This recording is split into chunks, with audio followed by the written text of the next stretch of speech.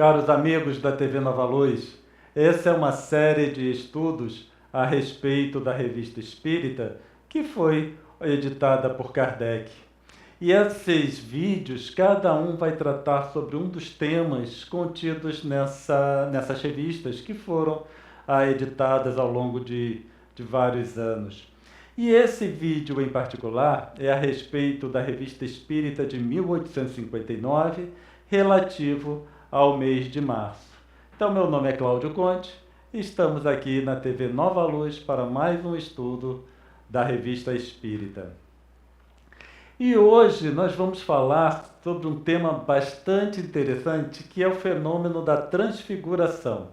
Esse fenômeno da transfiguração, ele é um fenômeno que causa ainda bastante espécie para a explicação. Apresenta ainda muitas dificuldades. Mas primeiro, vamos ver o que significa a transfiguração propriamente dita. Então, lá no Livro dos Médiuns, no item 122, Kardec diz que transfiguração consiste na mudança do aspecto de um corpo vivo. Então, essa, em poucas palavras, resume bem o que significa transfiguração. O que nós esperamos em um fenômeno de transfiguração é a mudança do aspecto de um corpo vivo. Então, o médium em si vai experienciar uma transformação nesse aspecto.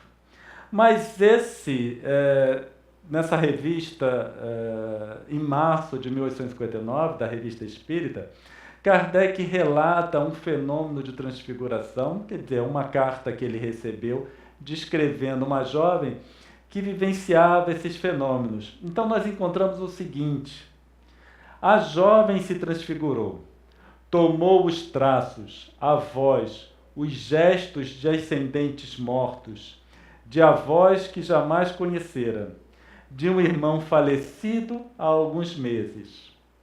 Essas transfigurações eram feitas sucessivamente em uma mesma sessão. Mas o que posso afirmar é que em uma sessão onde tomara a aparência de seu irmão, vigoroso gaiato, essa jovem de 13 anos deu-me um rude aperto de mão. Então, esse relato, ele traz informações interessantes no sentido de que não apenas o aspecto da jovem mudava, e inclusive tomando aspectos dos avós, que, comparado com uma jovem, já era uma aparência bastante envelhecida. Mas não apenas a aparência, como quando tomou a forma do seu irmão, ela apresentou a força também comparável com de um jovem rapaz. E aí nós temos que, para explicar esses fenômenos, não é alguma coisa trivial. Então nós temos o seguinte, que o fenômeno de transfiguração é um dos mais difíceis para a compreensão do processo em si. E por isso não é de fácil explicação. Então, dentre os fenômenos físicos, o fenômeno de transfiguração é um dos mais difíceis de explicarmos em decorrência da grande complexidade que envolve o processo em si. E as mesas girantes, levitação e muitos dos fenômenos físicos são mais simples para se trabalhar o conceito. Então nós temos que alguns fenômenos que parecem complicados, como a própria levitação, ela é mais simples de ser explicável, mais fácil de ser explicável do que um processo de transfiguração. Por isso que nós, para tentarmos chegar a uma concepção da transfiguração, nós vamos analisar a levitação, os processos envolvendo a levitação em si. No Livro dos Médiuns, Kardec traz um relato sobre a levitação, onde ele diz o seguinte, no Livro dos Médiuns, no item 63. Doutras vezes, ela, a mesa, se agita e ergue, ora num pé, ora noutro, e em seguida retoma suavemente a sua posição natural. Doutras, afinal, mas para isso se faz necessário força mediúnica, se destaca completamente do solo e se mantém equilibrada no espaço, sem nenhum ponto de apoio, chegando mesmo, não raro, a elevar-se até o forro da casa, de modo a ser possível passar-lhe por debaixo. Então nós vemos dois fenômenos extremamente complexos, o da transfiguração e o da levitação.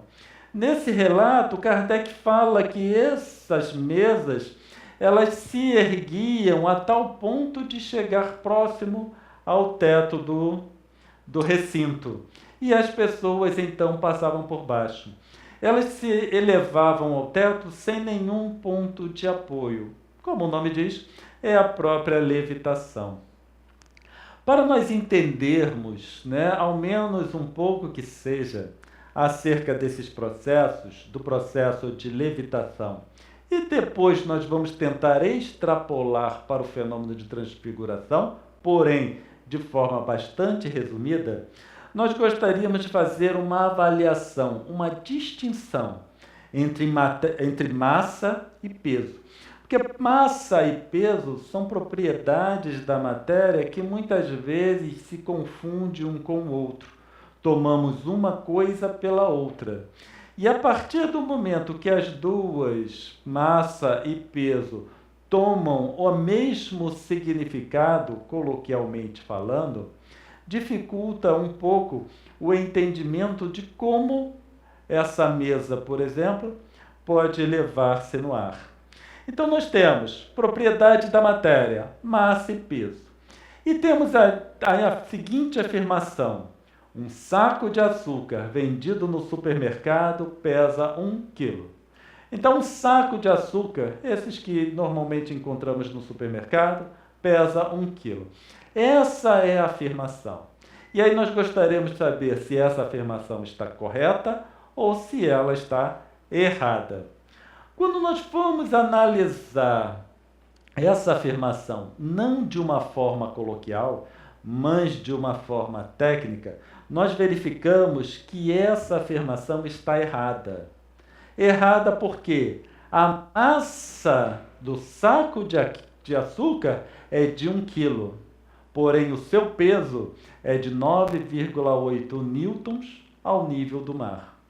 Então, quando a gente analisa de uma forma não coloquial, mas técnica, nós começamos a perceber que massa e peso são coisas distintas uma da outra, apesar de uma estar correlacionada com a outra. Então, quando a gente fala em levitação, nós pensamos mais em peso do que em massa propriamente dita. E qual é a relação entre peso e massa? Nós conseguimos analisar essa correlação pela seguinte equação, que é a equação de peso relacionado com a massa. Então nós temos que P, que é o peso, igual a M, que é a massa do corpo em si, vezes G, sendo que G é a aceleração da gravidade na superfície terrestre. E essa aceleração da gravidade é de 9,8 metros por segundo na superfície do nosso planeta. Então nós temos que massa é a quantidade de matéria, enquanto que peso é a força que está sendo exercida sobre aquele corpo, sobre aquela massa. Então nós e os objetos se mantêm presos à superfície do planeta não é em decorrência da massa em si, mas em decorrência da ação da gravidade, que é uma força. Certo? E essas questões, elas são bem mais abrangentes ainda. Então, a massa de um corpo será sempre a mesma, não importa onde estiver. Porém, o seu peso dependerá do local onde se encontrar.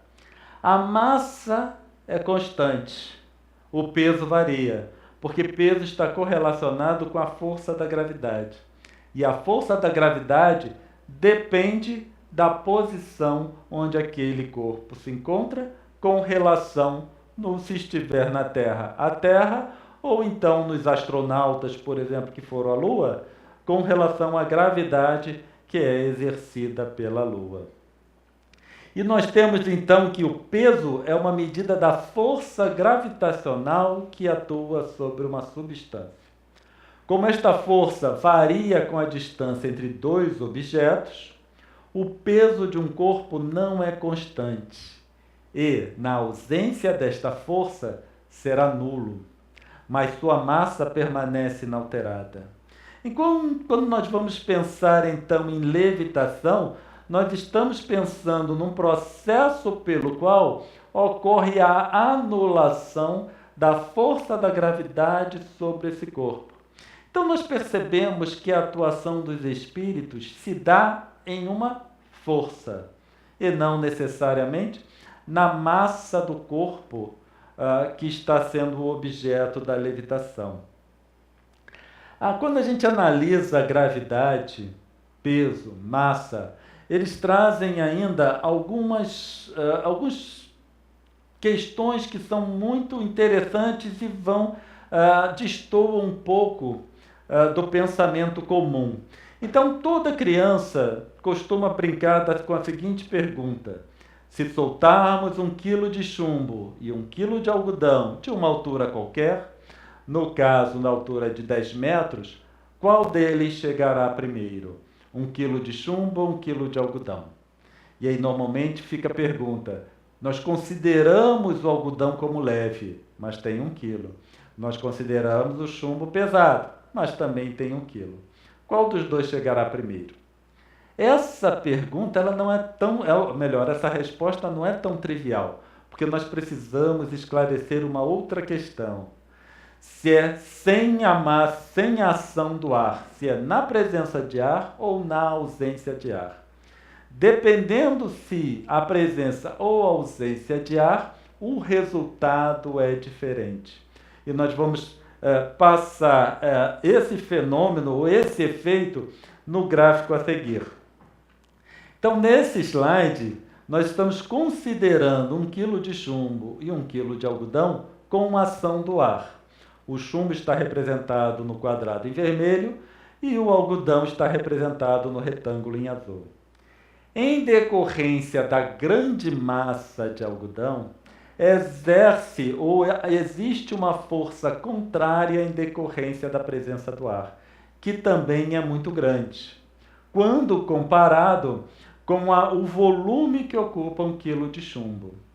Então, nessa situação, a ação do ar, que é uma força contrária à gravidade, é muito maior no algodão do que no chumbo. Então, por isso que o chumbo, com a ação do ar, cai primeiro, ou chega primeiro ao solo. Porém, quando nós vamos considerar sem ação do ar, nós não temos a força contrária. Não tendo essa força contrária, os dois vão chegar ao mesmo tempo. Tanto 1 quilo de algodão quanto 1 quilo de ar chegará ao mesmo tempo ao solo, na ausência do ar. Mas no caso de 1 quilo de chumbo e 1 quilo de algodão, nós estamos falando da mesma massa, 1 quilo. Quando a gente compara um elefante com uma pena, por exemplo, se soltarmos um elefante e uma pena de uma altura de 100 metros, qual chegará primeiro? Obviamente que com a ação do ar, nós já sabemos que o elefante chegará primeiro. Agora, quando a gente considera a ausência do ar, tanto o elefante quanto a pena, o elefante que pesa, ou melhor, a massa está relacionado com toneladas, e a pena que está relacionado a uma massa de alguns poucos gramas, os dois chegarão ao mesmo tempo no solo, quando não consideramos a presença do ar. Então, a velocidade ou ação da gravidade, ela está relacionada com a massa do corpo em si.